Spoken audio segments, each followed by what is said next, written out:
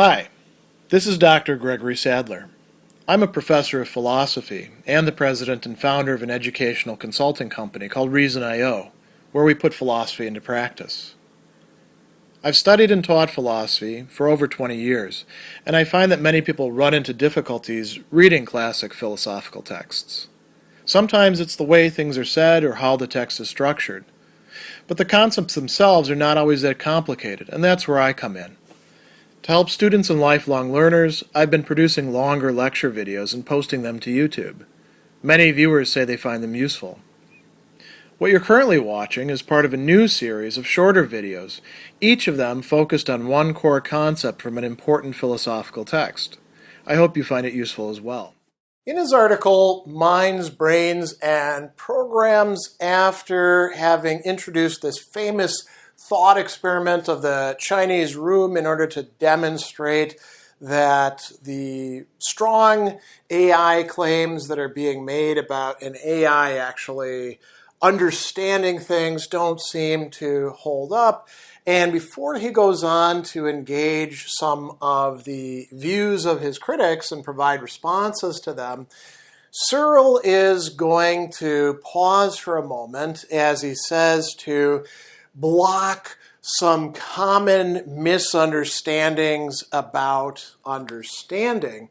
And before we jump into looking at what those are, we should remind ourselves of the importance. Why do we care about people getting understanding wrong? Why does Searle think that it's so important to get it right? Well, proponents of strong AI are making claims, according to him, that the artificial intelligences that they're working with, generally, based in digital computers using programs, literally understand a story. So that's a big claim right there, because understanding is an intentional state that we know that human minds have. We don't know that machines actually have them. We're even a little bit hazy to at least some of the researchers out there, whether animals have them or whether there's a scale of having understanding as a particular cognitive state. So to claim that an AI literally, not metaphorically, but literally understands a story that it's able to provide reasonable answers to, that's a big deal. They go further than that, though, and they claim that human understanding winds up being explained by AI models. So this is the notion of, well, the brain is just a big computer, the neurons are sort of like logic circuits.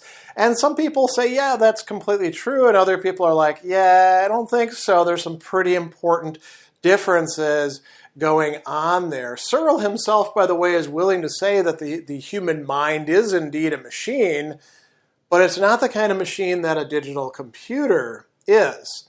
So he's kind of in the middle when it comes to that sort of thing. So we come back to his saying, I want to block some common misunderstandings about understanding. Before we look at those, think about what's actually being said there. So he's appealing to, presumably, human readers, not artificial intelligence readers, although, in the present, things that are set up as artificial intelligence have certainly scraped this article, and whether or not they truly understood it or understood it in anything other than a trivial sense, that's a bit debatable. In order to misunderstand, you have to be able to understand. So we know that humans can misunderstand and have misunderstandings, that is, characteristic types of going wrong with things, but only, beings that can understand, not only can misunderstand, but understand what understanding means or what its significance would be. So this is actually, quite an important point worth dwelling on for a moment. But what are the things that his critics bring up? He doesn't give you an exhaustive list because he says, and so on. But he does talk about 5 different sorts of, I won't just say claims, but, observations that they're going to make. Well, there's many degrees of understanding.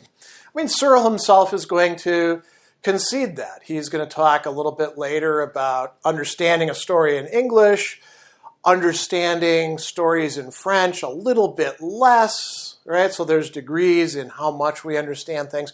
We could even talk about, do we understand stories that include certain technical aspects or jargon, maybe less or more, right?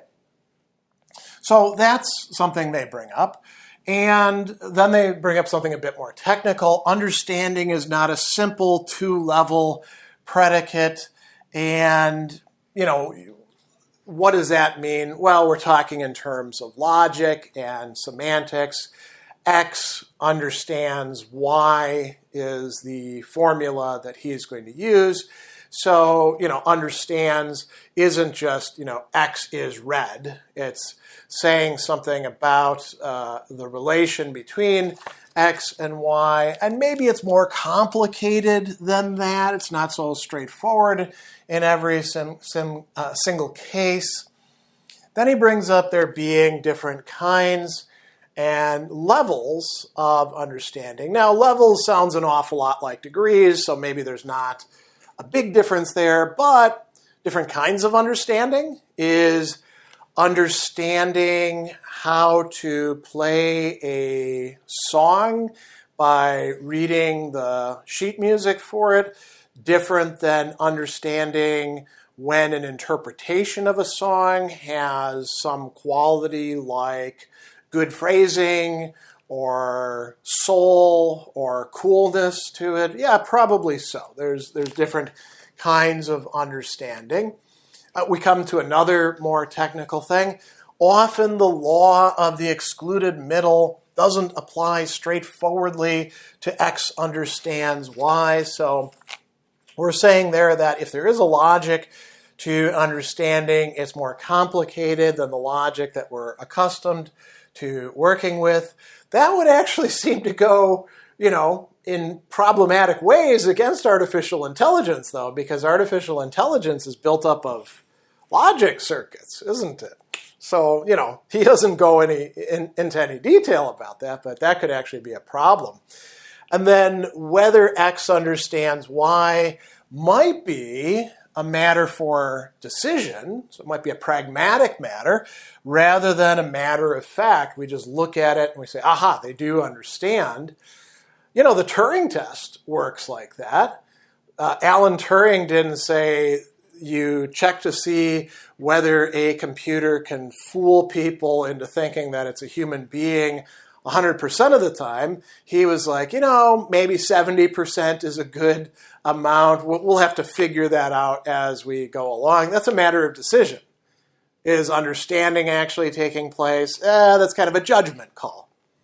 So Searle raises all of these points, and then he says, yeah, these, could be true.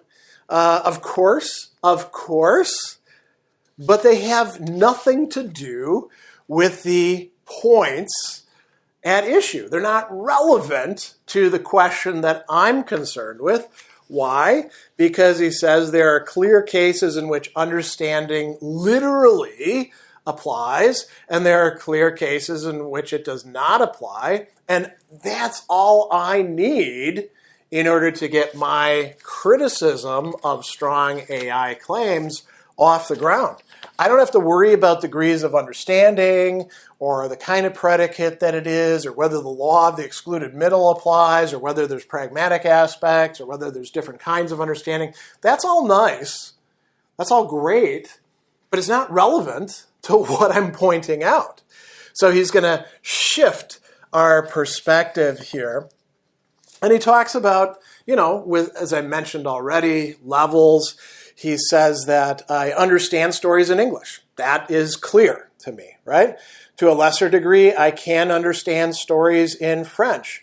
To a still lesser degree, stories in German. So these are all, yes, I do understand, although to lesser and lesser degrees. In Chinese, not at all. I don't have understanding in Chinese, and that's a literal statement about whether he understands. So, we can attribute this to human beings. We can say there's all sorts of things that we don't understand or conditions in which we don't understand things. What about machines?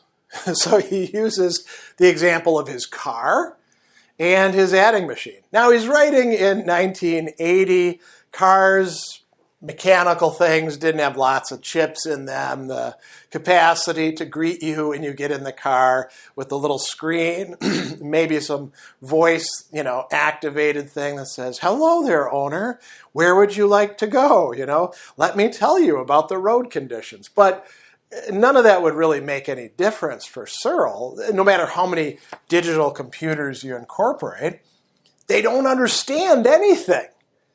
So, he says, we say the door knows when to open because of its photoelectric cell. So we're thinking about automatic doors, for example, going into a shopping center, the door is automatically open. Well, the door doesn't actually understand anything. It's proceeding mechanically.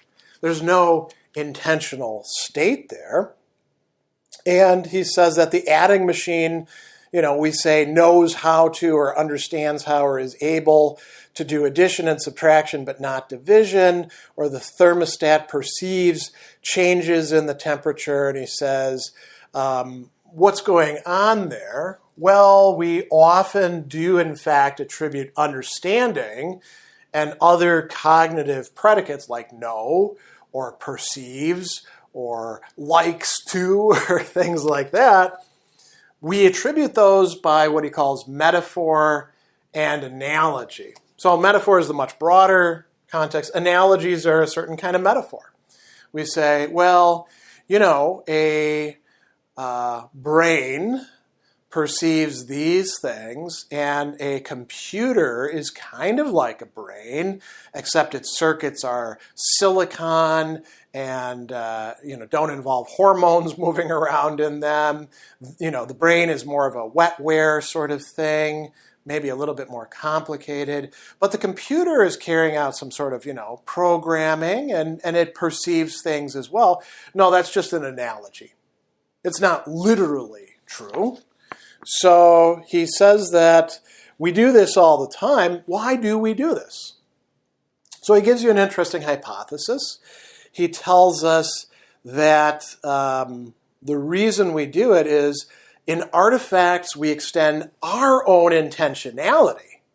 Our tools are extensions of our purposes, and so we find it natural to make metaphorical attributions of intentionality to them. Just as we might attribute liking dirt to the shovel that we're digging in the garden with. No, we like the dirt or dislike it. Maybe that's why we have the shovel take care of it.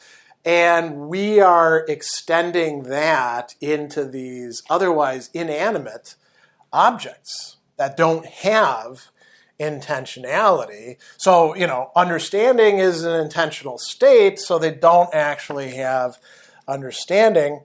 And he's going to say, here that we don't really care about the metaphorical sense. If AI people just want to say, yeah, metaphorically AI is understanding things or conscious or self-aware, but not literally, Searle would say, all right, that's fine.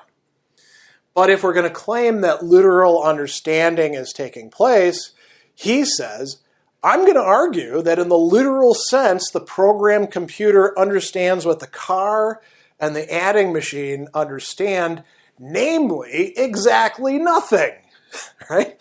So the computer understanding is not just like my understanding of German, partial or incomplete. It is zero. So all of these, sort of things that you're going to say along the way, those are just distractions. As it happens, understanding is not something that we can literally attribute whether to a car, an adding machine, or to a very complex digital computer that we've set up as a supposed artificial intelligence.